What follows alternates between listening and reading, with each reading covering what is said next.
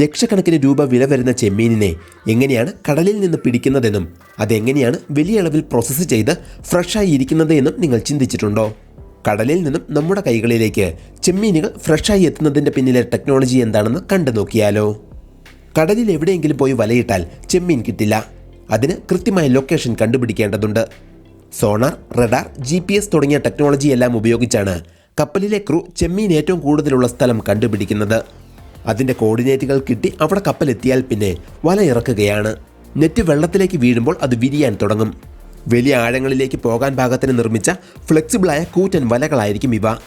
വലയുടെ മുകളിൽ വെള്ളത്തിൽ പൊങ്ങിക്കിടക്കാൻ സഹായിക്കുന്ന മഞ്ഞ നിറത്തിലുള്ള ഭാഗവും അടിയിൽ കടലിൻ്റെ അടിത്തട്ടിൽ വരെ ചെല്ലാൻ സഹായിക്കുന്ന നല്ല വെയിറ്റുള്ള ചെയിനുകളും ഉണ്ടാവും.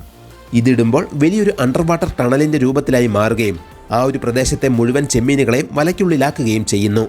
വല ഇങ്ങനെ വെച്ചുകൊണ്ട് വളരെ പതുക്കെ ബോട്ട് ആ ഒരു ഏരിയ മുഴുവൻ കറങ്ങും. മണിക്കൂറുകൾക്ക് ശേഷം വല നിറഞ്ഞു കഴിയുമ്പോൾ അത് പൊക്കിയെടുക്കാനുള്ള സമയമായി. ഒരു മെഷീൻ്റെ സഹായത്തോടെ വല മുഴുവനായി വലിച്ചു കയറ്റുന്നു. ഈ ഒരു പ്രോസസ്സിലെ ഓരോ സ്റ്റെപ്പും അങ്ങേയറ്റം കൃത്യതയോടെയാണ് ചെയ്യുന്നത്. എന്തെങ്കിലും ഒരു മിസ്റ്റേക്ക് സംഭവിച്ചാൽ ആയിരക്കണക്കിന് കിലോ ചെമ്മീനായിരിക്കും നഷ്ടപ്പെടുക. അതേസമയം തന്നെ ജോലിക്കാർക്കും പരിക്കുകളൊന്നും പറ്റാൻ പാടുള്ളതല്ല. ഇത്തരത്തിൽ ഒരു പ്രാവശ്യം വല പൊക്കുമ്പോൾ തന്നെ 10 ലക്ഷത്തിലധികം ചെമ്മീനുകളെയായിരിക്കും കിട്ടുന്നത്, അതും ഒരൊറ്റ കൂട്ടമായിട്ട്.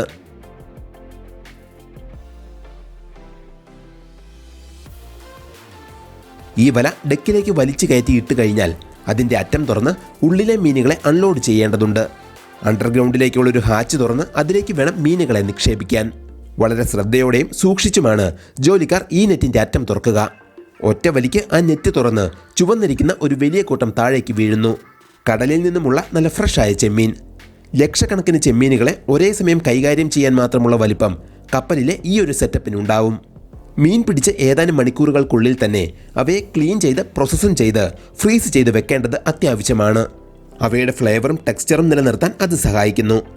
ആദ്യം തന്നെ ഇവയെ ഒരു കറങ്ങുന്ന ഡ്രമ്മിലൂടെ കടത്തിവിട്ട് നല്ല തണുത്ത കടൽ വെള്ളം ഉപയോഗിച്ച് മണ്ണും ചെളിയും മറ്റു വേസ്റ്റുകളും ഒക്കെ നീക്കം ചെയ്യും. ഇവയെ ഒരു മെക്കാനിക്കൽ സോർട്ടറിലൂടെ കടത്തിവിട്ട് അവയുടെ സൈസ് അനുസരിച്ച് വേർതിരിക്കുന്നു. ചെമ്മീനല്ലാതെ മറ്റെന്തെങ്കിലും മീനുകൾ കൂടി ആ കൂട്ടത്തിലുണ്ടെങ്കിൽ അവയെ തിരിച്ച് കടലിൽ ഉപേക്ഷിക്കും. എത്ര വലിയ ടെക്നോളജി ഉപയോഗിക്കുന്നുണ്ടെങ്കിലും മനുഷ്യരുടെ വക ഒരു സ്കാനിങ് കൂടെ ഉണ്ടായിരിക്കുന്നതാണ്. മോശമായ ചെമ്മീനുകളോ മറ്റു മീനുകളോ ആ കൂട്ടത്തിൽ ഉണ്ടോ എന്ന് ജോലിക്കാർ തന്നെ പരിശോധിച്ച് ഏറ്റവും നല്ല ചെമ്മീൻ മാത്രമാണ് അടുത്ത സ്റ്റേജിലേക്ക് പോകുന്നത് എന്ന് ഉറപ്പുവരുത്തുന്നു.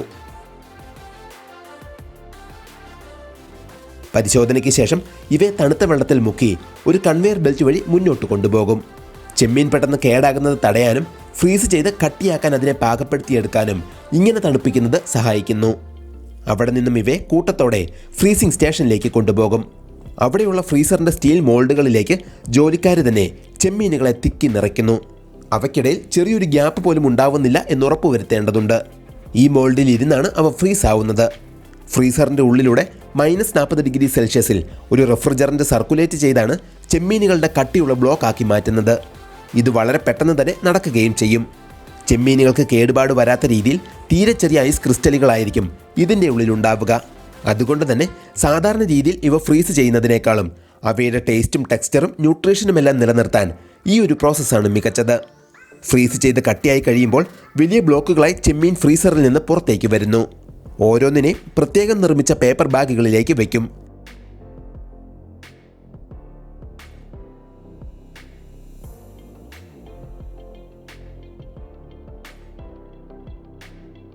ഇത് കൺവെയർ ബെൽറ്റ് വഴി മുന്നോട്ട് പോയി മറ്റൊരു മെഷീൻ്റെ സഹായത്തോടെ സീൽ ചെയ്യുന്നു. ഇതുവഴി അതിൻ്റെ ഫ്രഷ്നെസ് നിലനിർത്താനും യാതൊരു കണ്ടാമിനേഷനും നടക്കുന്നില്ല എന്നുറപ്പാക്കാനും സാധിക്കുന്നു. ഈ പാക്കറ്റുകളെല്ലാം കൂടി കപ്പലിൻ്റെ ഡീപ് ഫ്രീസർ യൂണിറ്റിലേക്ക് കൊണ്ടുപോകും. അവിടെ എപ്പോഴും -28°C ആയിരിക്കും തണുപ്പ്. അതിൻ്റെ ഉള്ളിൽ ജോലിക്കാർ ഈ പാക്കറ്റുകളെല്ലാം അടുക്കി വെച്ച് എല്ലാത്തിനും ഒരേപോലെ തണുപ്പ് കിട്ടുന്നുണ്ട് എന്നുറപ്പ് വരുത്തുന്നു. ഇതേ പ്രോസസ്സ് തന്നെ ആഴ്ചകളോളം തുടർന്നതിന് ശേഷം കപ്പൽ പോർട്ടിലേക്ക് തിരിച്ചു ചെല്ലും. അതോടെ കപ്പലിലെ ക്രൂവിൻ്റെ ജോലി കഴിഞ്ഞെങ്കിലും ചെമ്മീൻ ഇനിയും പ്രോസസ്സ് ചെയ്യാനുണ്ട്. ഫ്രീസ് ചെയ്ത പാക്കറ്റുകളെല്ലാം കൂടി ഒരു ഫാക്ടറിയിലേക്ക് കൊണ്ടുപോകുന്നു. ഇവിടെ വെച്ചാണ് ശരിക്കുമുള്ള പ്രോസസ്സ് തുടങ്ങുന്നത്. ഡീഫ്രീസ് ചെയ്ത ചെമ്മീനിനെ ഒരു കൺവെയർ ബെൽറ്റ് വഴി മുന്നോട്ട് കൊണ്ടുപോയി ചൂടുവെള്ളത്തിലേക്ക് ഇടുന്നു. ഇവയെ ചെറുതായിട്ടൊന്ന് പ്രീ കുക്ക് ചെയ്യുന്നതിന് വേണ്ടിയാണ് ഇങ്ങനെ ചെയ്യുന്നത്. ഏതാനും മിനിറ്റുകൾ അതിൻ്റെ ഉള്ളിൽ കിടന്നതിന് ശേഷം ഇവയെ പൊക്കിയെടുത്ത് ഒരു പീലിംഗ് മെഷീനിലേക്ക് ഇടുന്നു. വലിയ സ്പീഡിൽ കറങ്ങിക്കൊണ്ടിരിക്കുന്ന ഈ പീലിംഗ് മെഷീനുകൾ അങ്ങേയറ്റം കൃത്യതയോടെ ചെമ്മീൻ്റെ പുറന്തോട് നീക്കം ചെയ്യുന്നതാണ്. ഇത്തരം നൂറുകണക്കിന് റോളറുകളായിരിക്കും ഒരേ സമയം ആ ഫാക്ടറിയിൽ പ്രവർത്തിക്കുന്നത്. പൊട്ടിയ ഷെല്ലുകളെ വെള്ളം സ്പ്രേ ചെയ്ത് നീക്കുകയും ചെയ്യും. ഈ ഒരു സിസ്റ്റത്തിന് 1 മണിക്കൂറിൽ മാത്രം 1000 കിലോ ചെമ്മീൻ്റെ തോട് പൊട്ടിക്കാൻ സാധിക്കുമത്രേ. പക്ഷേ അവിടം കൊണ്ടും തീർന്നിട്ടില്ല. ഈ തോട് പൊട്ടിച്ച ചെമ്മീനുകളെ ഒരു ഒപ്റ്റിക്കൽ സോർട്ടറിലൂടെ കടത്തിവിടും. ഏതെങ്കിലും തോടിൻ്റെ അംശം അതിൽ അവശേഷിക്കുന്നുണ്ടെങ്കിൽ അൾട്രാവയലറ്റ് ലൈറ്റിൻ്റെയും ഹൈസ്പീഡ് ക്യാമറകളുടെയും സഹായത്തോടെ അവയെ ഉടനെ തന്നെ കണ്ടെത്തുകയും എയർ ചീറ്റിച്ച് അവയെ നീക്കുകയും ചെയ്യും. ഇനിയാണ് ഫൈനൽ ഇൻസ്പെക്ഷൻ വരുന്നത്. കൺവെയർ ബെൽറ്റ് വഴി ചെമ്മീനിനെ ക്വാളിറ്റി കൺട്രോൾ ചെക്ക് ചെയ്യുന്ന സ്റ്റാഫിൻ്റെ മുൻപിലൂടെ വിടുന്നു. എന്തെങ്കിലും പ്രശ്നമുള്ളവയെല്ലാം അവർ നീക്കം ചെയ്യും. പൊട്ടിച്ചു കളഞ്ഞ തോടുകൾ വെറുതെ കളയുകയല്ല, അവയെ ശേഖരിച്ച് ഹൈ ടെമ്പറേച്ചറിൽ ഉണക്കി പൊടിയാക്കി അക്വാകൾച്ചറിലും മീനുകൾക്കുള്ള ഭക്ഷണത്തിലും ഉപയോഗിക്കുന്നുണ്ട്. ഇൻസ്പെക്ഷൻ കഴിഞ്ഞ ചെമ്മീനുകളാവട്ടെ ഒരു നീണ്ട ഫ്രീസറിലേക്ക് കയറുന്നു.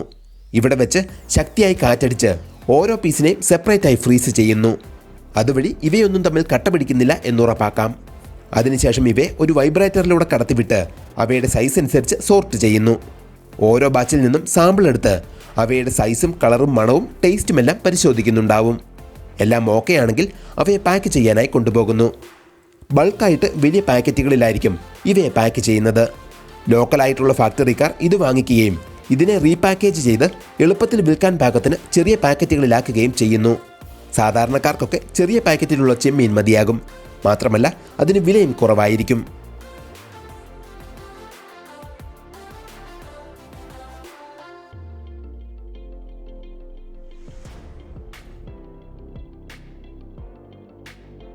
മെഷീൻ തന്നെ ഈ ചെമ്മീനുകളെ കൃത്യമായി അളന്ന് ട്രേകളിൽ നിറയ്ക്കുന്നു.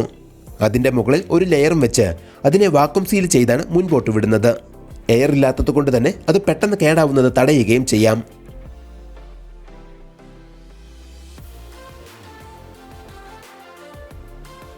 ബ്രാൻഡിൻ്റെ പേരും ലോഗോയും മറ്റ് വിവരങ്ങളും അടങ്ങിയ മറ്റൊരു പാക്കറ്റിലേക്ക് ഇതിനെ ഇട്ട് സീൽ ചെയ്ത് തൂക്കവും നോക്കി പാക്കിങ്ങിനായി വിടുന്നു. പെട്ടെന്നെടുത്ത് ഉപയോഗിക്കാൻ പറ്റുന്ന രീതിയിൽ സൂപ്പർ മാർക്കറ്റുകളിലും മറ്റും വിൽക്കുന്നത് ഇത്തരം പാക്കറ്റുകളാണ്. എങ്ങനെയുണ്ടായിരുന്നു കടലിൽ നിന്നും നമ്മുടെ അടുക്കളയിലേക്കുള്ള ചെമ്മീൻ്റെ യാത്ര?